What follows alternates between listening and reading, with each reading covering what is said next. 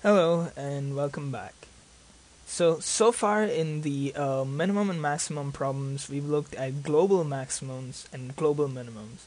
But sometimes we want to know the local maximum and local minimums. So what do I mean by that? Let me draw a graph and try and show you. So say we had a graph of a function that looked like this. Went up, dipped down, went back up, dipped way down, and came back. So with the rules we know so far, we were able to find the highest and the lowest point of the graph.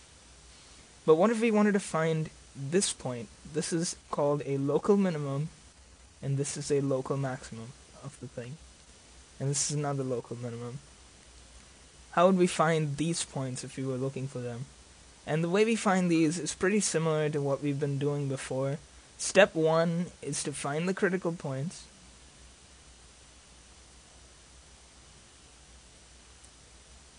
And we know the endpoints, so then we take those in step 2, the critical points and endpoints, and we plug them into f of x, just like we did before. And what we did before is that we found out the highest one we called the absolute maximum, and then the lowest one out of them we called the absolute minimum. But now we're looking for the local ones, so once we have our critical points and the endpoints, we can use those, and we can either, based on what we did in the last video, we know these points are either a maximum or a minimum.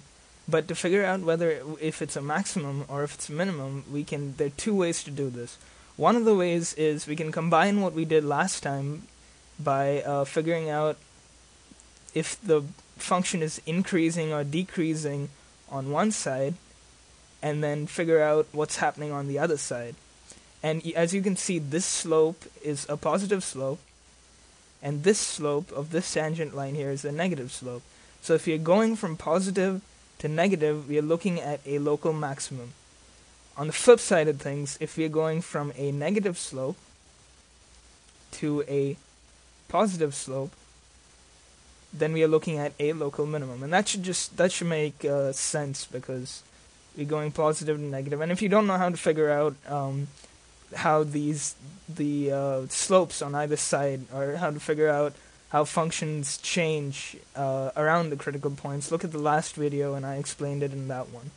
So that's one of the ways. The second way to solve a problem like this is that to figure out whether it's a maximum or minimum, you know it's one of them because it is a critical point. It's a point at which the thing changes from either going up to down or from going down to up.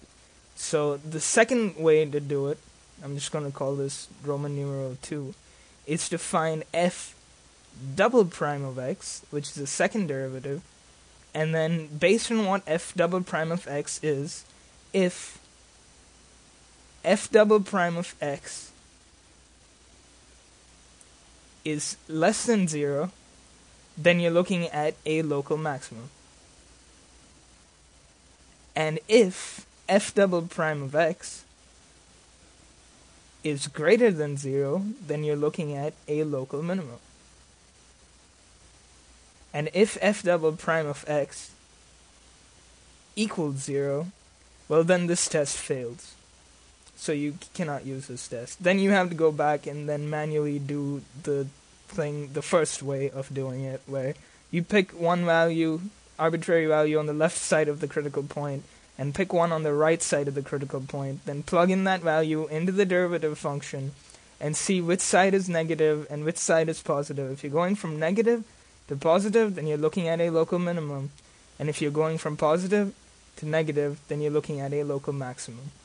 So if you have any questions, as always, you can just send me an email, and I'll try and help you the best I can.